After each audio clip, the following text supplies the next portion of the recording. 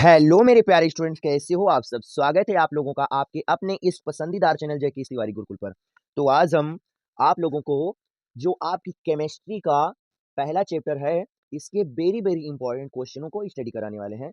और आप लोगों को बता दें कि हर एक बोर्ड में एनसीईआरटी पैटर्न ही चलता है, केवल जो पेपर का पैटर्न होता है वो चेंज होता है बस। तो आप किसी भी बोर्ड से हो, नो टेंशन, आप इस क्लास से स्टडी कर सकते हो, है ना। और आप सभी लोगों को पता है कि खासकर अगर बात किया जाए तो यूपी वाले बच्चों की जो डेट शीट है वो जारी हो चुकी है। सो भाई इस समय ईमानदारी के साथ स्टडी करना बनता है ना। सो आप बगैर टाइम बर्बाद किए अब आप अपनी स्टडी स्टार्ट कर दो। इसलिए मैंने अब एकदम शुरुआत से आप लोगों के लिए इस टॉपर बैच को स्टार्ट किया है, जिसके वजह से आप स्टडी करके आप अपनी बोर्ड एग्जाम में एक बेहतरीन मार्क्स लाने का सपना पूरा कर सकते हो, है समझ में। सो भाई आप स्टडी आप स्टार्ट कर दीजिए, क्योंकि आपके पास बिल्कुल भी टाइम है नहीं। अब हम क्या कर रहे हैं कि आपकी क्लास बगैर टाइम बर्बाद किए स्टार्ट कर रहे हैं, क्योंकि आपको पता हो गया होगा कि आखिर इस क्लास में होने क्या वाला है। और अब आपके पास भाई ज़्यादा टाइम तो है नहीं। सो आपका टाइम हम बर्बाद बिल्कुल भी नहीं करने वाले। बस एक बात कहेंगे कि अगर आपको क्लास समझ में आ रही है, अच्छी लग रही है, तो पहला नंबर तो लाइक कर दो, चैनल को सब्सक्राइब कर लो और अपने अन्य फ्रेंड्स को बुला लो, ताकि वो भी आकर साथ में आपकी स्टडी कर सकें और बेहतरीन मार्क्स लाने का अपना सपना पूरा कर सकें, है समझ में। सो अब हम आपकी क्लास को क्या कर रहे हैं, स्टार्ट कर रहे हैं। ओके। सो पहला जो क्वेश्चन है, क्या दिया गया है, इसमें हम आप लोगों को थ्योरेटिकल क्वेश्चन बताएंगे और एमसीक्यू वगैरह जो है वो आगे आने वाली क्लासों में बता दिया जाएगा। नो टेंशन, आप परेशान मत होइए, है ना। आप ये बस ध्यान रखो कि जितने भी क्वेश्चन बताए जाएंगे ये सारे के सारे इंपॉर्टेंट है। क्यों?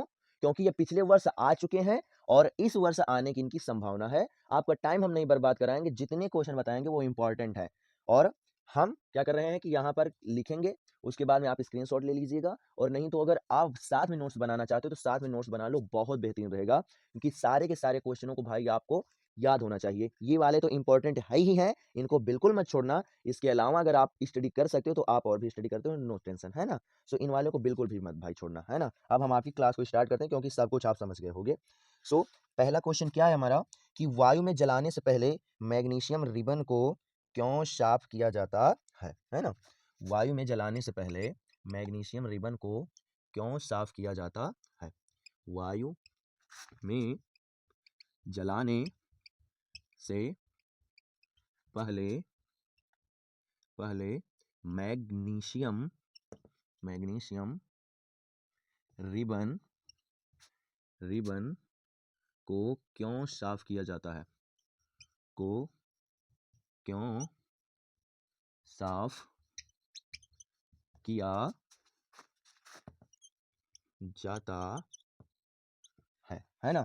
आखिर क्या रीजन है साफ करने का, तो आप समझो। मैग्नीशियम क्या होती है, एक अधिक्रियाशील धातु होती है, और ये क्या करती है, ऑक्सीजन से क्रिया करके अपने ऊपर एक मैग्नीशियम ऑक्साइड नाम की परत को जमा लेती है।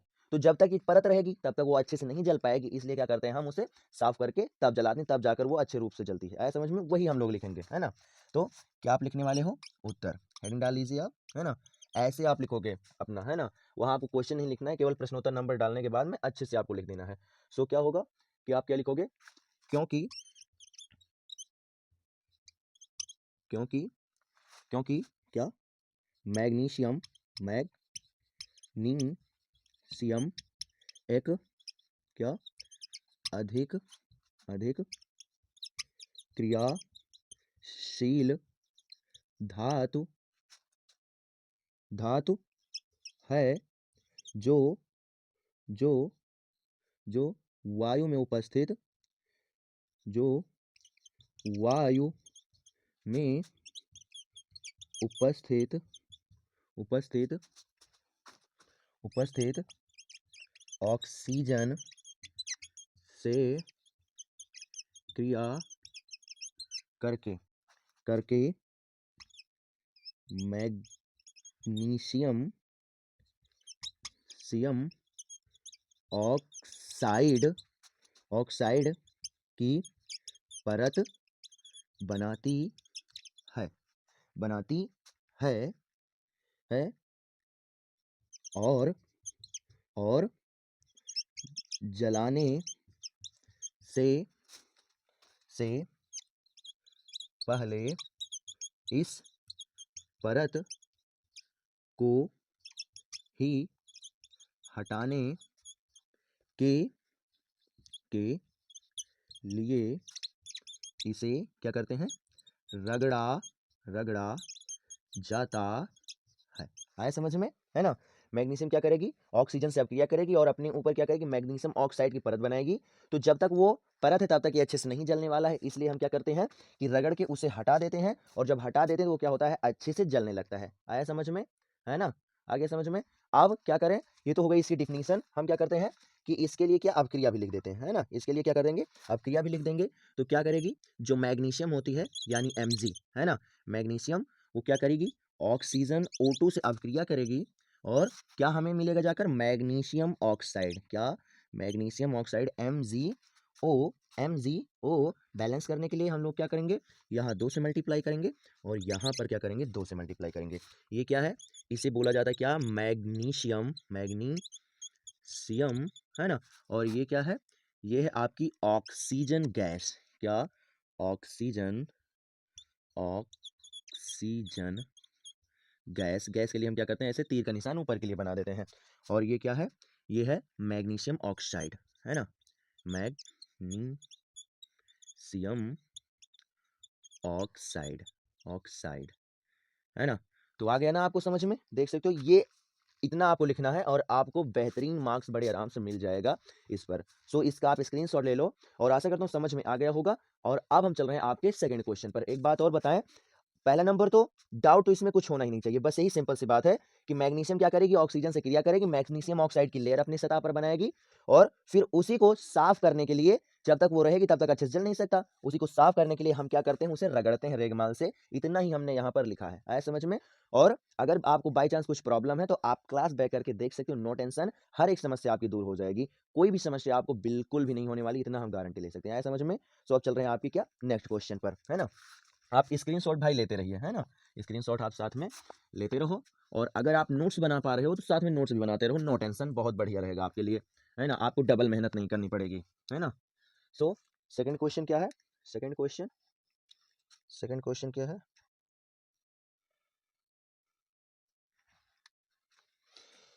सेकंड क्वेश्चन इन्होंने क्या दिया है भाई, ओके। निम्नलिखित रासायनिक अपक्रियाओं के लिए संतुलित रासायनिक समीकरण लिखिए, ठीक है। प्रश्न नंबर 2। और इस प्रकार के क्वेश्चन तो भाई जरूर से जरूर मिलते हैं, ये आप ध्यान रखिए, है ना। क्या इन्होंने क्या है, निम्नलिखित, है ना, निम्न निम्नलिखित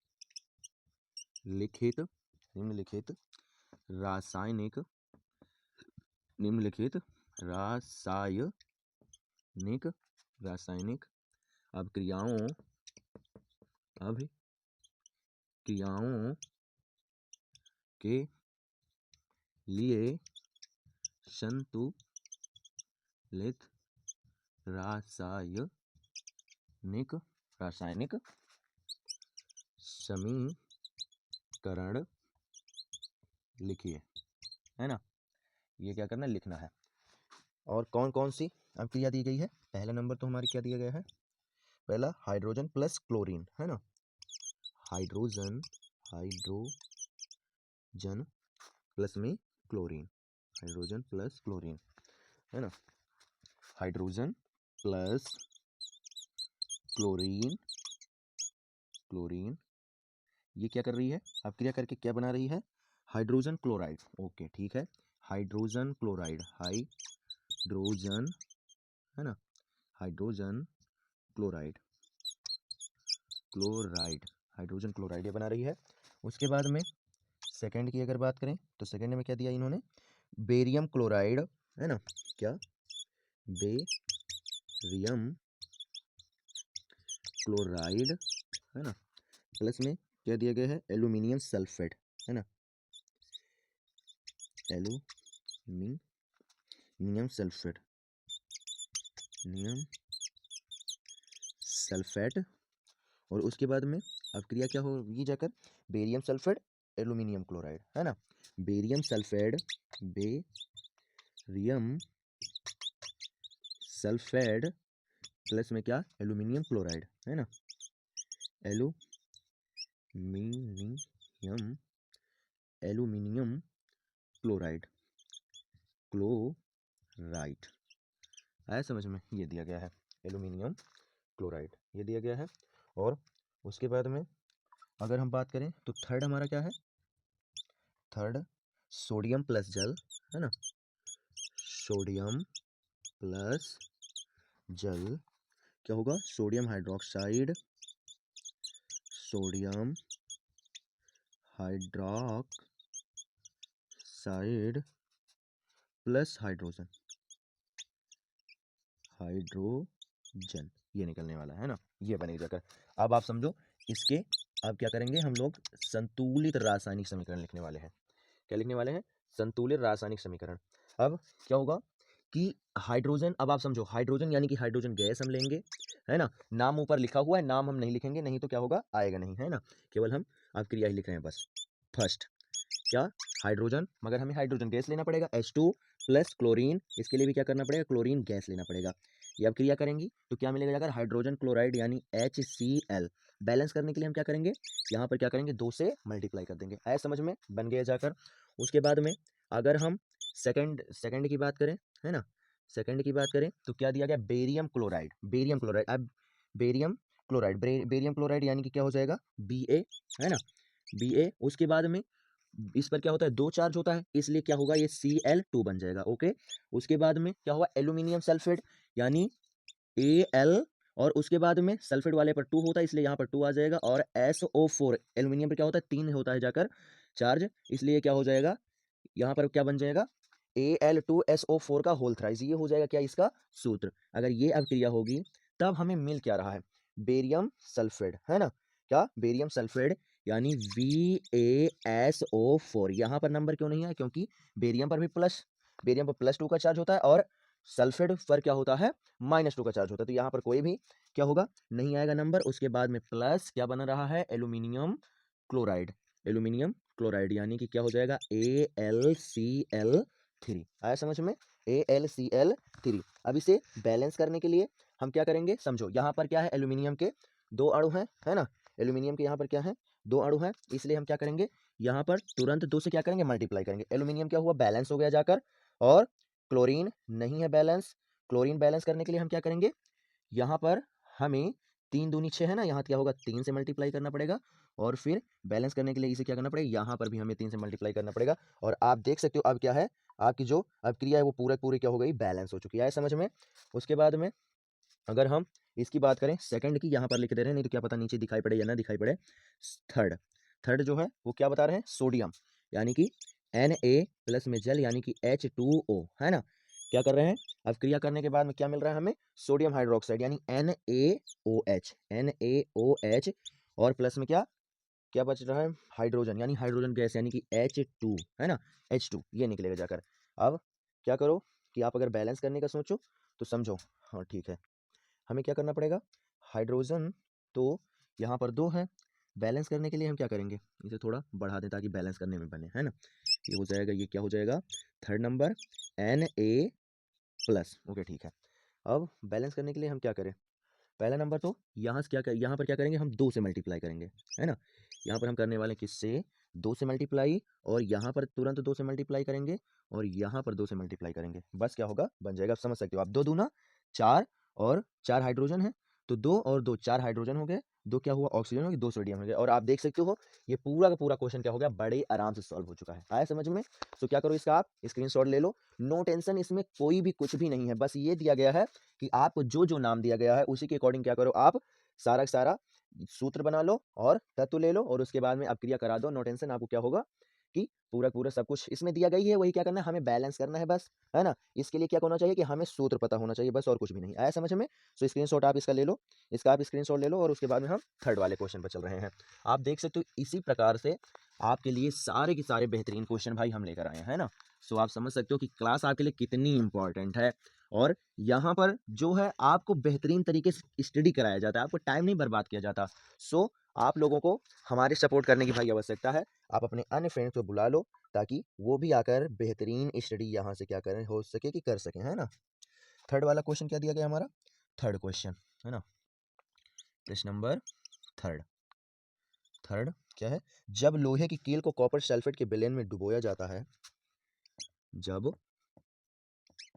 जब लोहे की कील को जब लोहे की कील को कॉपर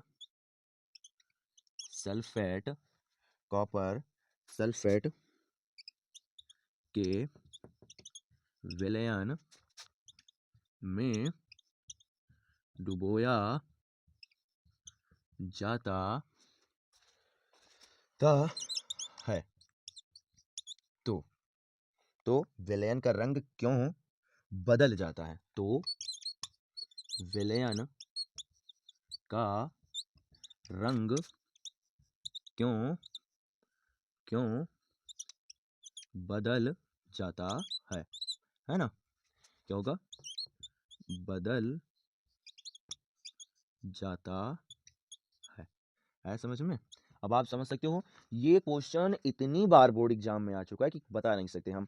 आपके कोई भी बोर्ड एग्जाम में 7 सेट बनते हैं, ऐसा कोई भी सत्र नहीं कि ये क्वेश्चन आया ना हो, किसी ना किसी आ ही जाता है ना? किसी ना किसी सेट में आ ही जाता है। सो बहुत इंपॉर्टेंट है, इसे आप समझने की कोशिश करो। समझो होता क्या है कि इसमें क्या इन्होंने लिया है, लोहे की कील कॉपर सल्फेट के विलयन में ओके डुबोते हैं ना। तो जो लोहा होता है वो क्या होता है, कॉपर से अधिक क्रियाशील होता है ना। तो क्या करता है कि जैसे कॉपर सल्फेट में लोहे को हम डालेंगे तो ये अधिक क्रियाशील होने के कारण क्या करता है, कॉपर को विस्थापित कर देता है।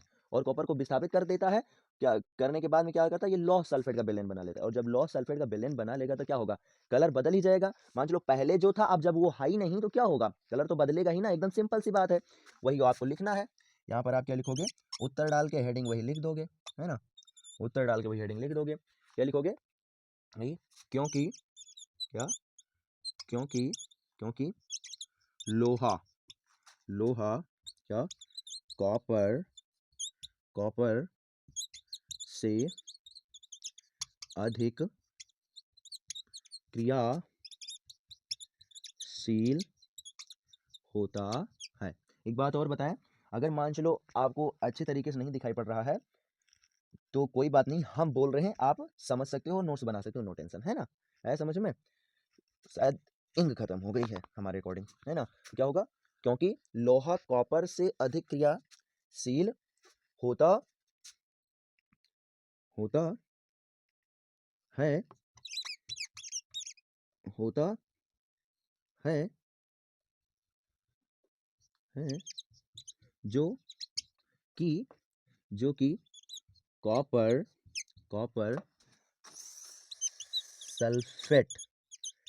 सल्फेट के विलयन से कॉपर को विस्थापित कर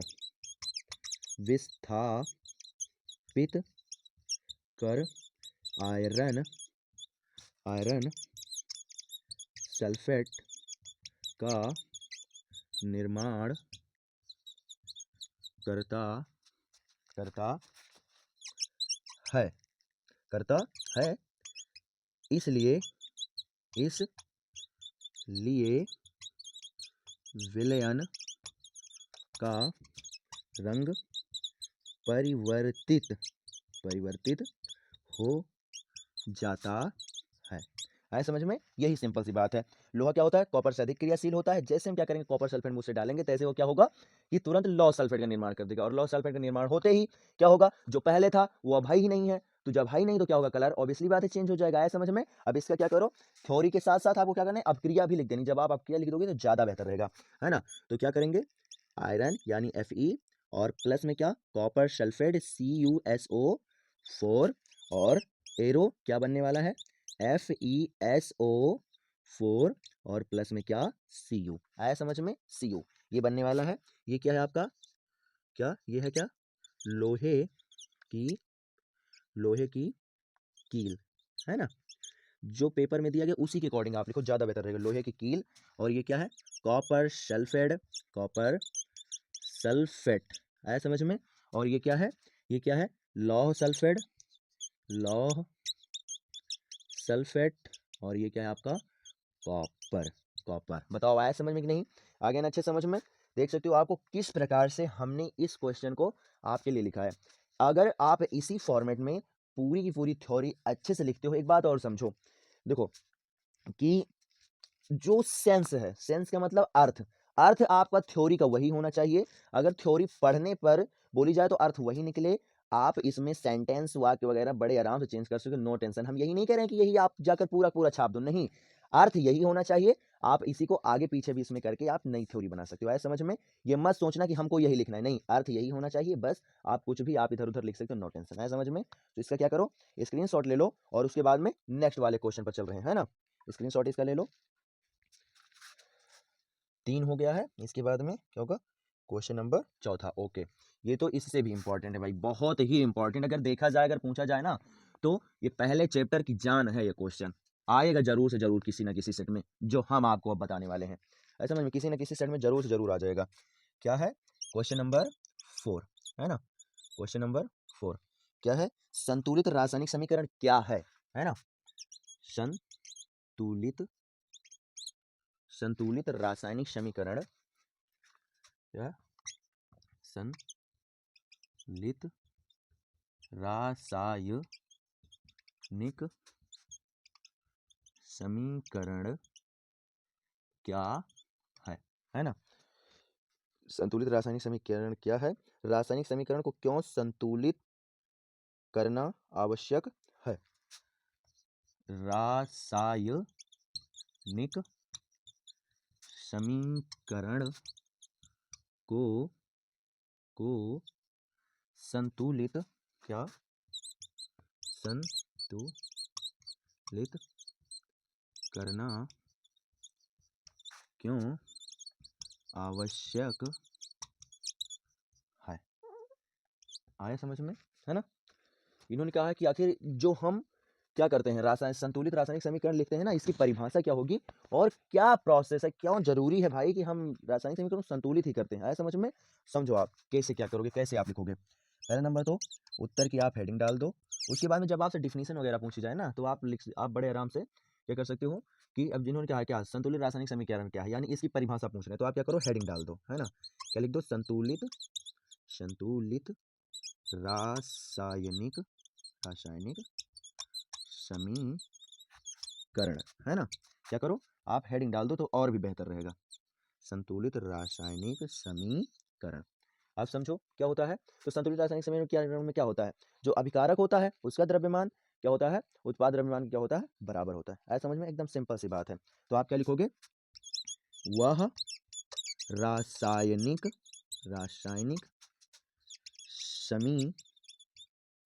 समीकरण जिसमें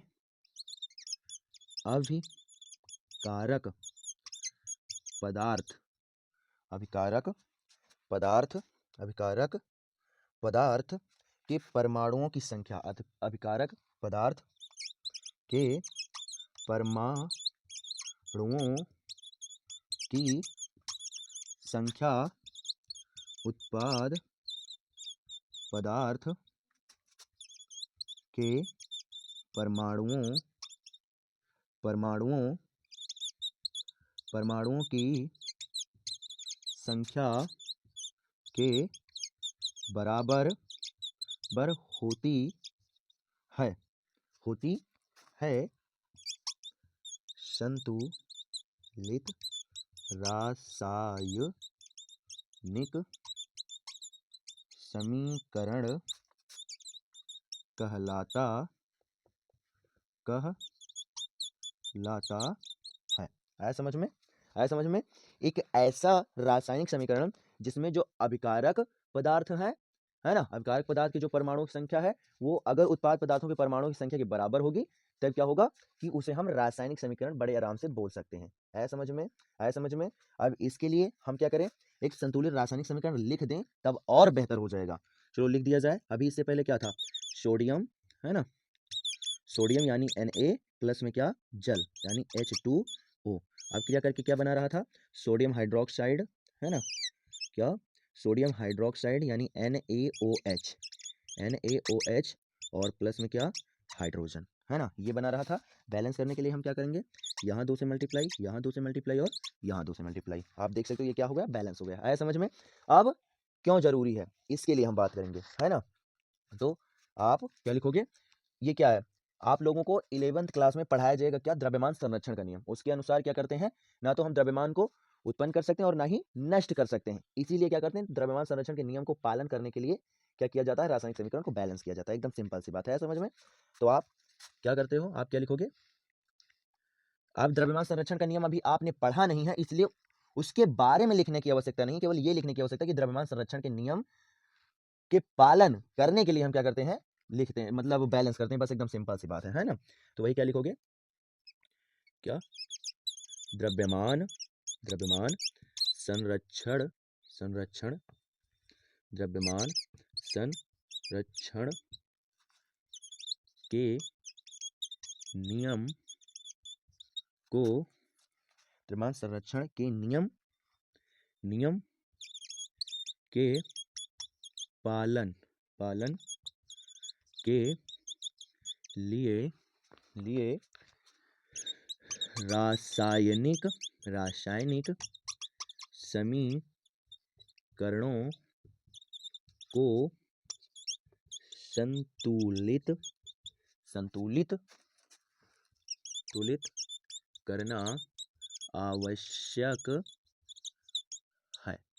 आया समझ में, द्रव्यमान संरक्षण के नियम को पालन करने के लिए हम क्या करते हैं, इस रासायनिक समीकरणों को क्या करते हैं, संतुलित करते हैं। एकदम सिंपल सी बात है, आया समझ में। स्क्रीनशॉट है, आप इसका ले लो, आप क्या करो, इसका स्क्रीनशॉट ले लो, और उसके बाद में क्या कर रहे हैं, आपका जो क्वेश्चन नंबर 5 है उसको हम बता रहे हैं, और ये क्वेश्चन नंबर 5 ही क्या होगा, इस क्लास का लास्ट क्वेश्चन होगा। क्यों, क्योंकि पहला नंबर तो भाई अब हमारे पास डिजिटल बोर्ड की तो व्यवस्था है नहीं कि पहले से टाइप करके ले आएं और ओनली वन आपको क्या करें, केवल आंसरों को रटा दें। आपके सामने हम क्या करते हैं, क्वेश्चन को लिखते हैं, उसके बाद में आपको हर एक टॉपिक को क्या किया जाता है, एक्सप्लेन किया जाता है, इसलिए थोड़ा टाइम लगता है ना। तो 4-5 क्वेश्चन एक क्लास में काफ़ी है, नहीं तो आपकी क्लास क्या होगी, बहुत बड़ी हो जाएगी, है ना। सो पांचवा क्या है, पांचवा हमारा क्या है, निम्न रासायनिक समीकरण को संतुलित कीजिए। ठीक है, चलो इसे भी हम लोग क्या कर रहे हैं, संतुलित कर रहे हैं। प्रश्न नंबर 5, और उसके बाद में मार्कर भी धोखा दे रहा है हमारा, है ना, मार्कर भी धोखा दे रहा है। क्या हो जाएगा, निम्न रासायनिक समीकरणों को संतुलित कीजिए, है ना। क्या है, निम्न रासायनिक समीकरणों को क्या है, संतुलित कीजिए, संतुलित कीजिए। निम्न रासायनिक समीकरणों को संतुलित कीजिए, है समझ में, है ना, ये हो जाएगा। अब कौन कौन सा दिया गया है, फर्स्ट नंबर HNO3 यानी हाइड्रोजन नाइट्रेट, है ना, प्लस क्या दिया गया है, कैल्शियम हाइड्रोक्साइड CaOH का whole twice, plus calcium nitrate CaNO3 का होल ट्वाइस, और प्लस में क्या, H2O, है ना, प्लस में क्या दिया गया, H2O, ये हो जाएगा। उसके बाद में जो सेकंड है ना, सेकंड क्या दिया गया है, second sodium hydroxide NaOH plus H2SO4 hydrogen sulphate, यानी कि जो होता है हमारा क्या, सल्फ्यूरिक अम्ल होता है। उसके बाद में सोडियम सल्फेट Na2SO4 और प्लस में क्या, H2O, है समझ में, ये बनेगा। अब आप समझो इसे हम लोग क्या करेंगे, कैसे बैलेंस करने वाले हैं उसके बारे में आप ध्यान दो। तो फर्स्ट क्या है, HNO3 प्लस CaOH का होल ट्वाइज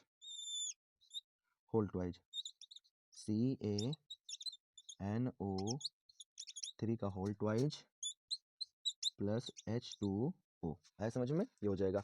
अब बैलेंस करने के लिए हम क्या करेंगे कि देखो, कैल्शियम का तो एक अणु इधर भी है, नाइट्रोजन का क्या है, ओके, यहाँ पर देखो 3 दूनी 6 अणु है ना, ये है ना, 3 दूनी 6 अणु है, क्या करेंगे, और यहाँ पर हम क्या करेंगे, 2 से मल्टीप्लाई करने वाले हैं। किससे मल्टीप्लाई किया जाएगा, 2 से।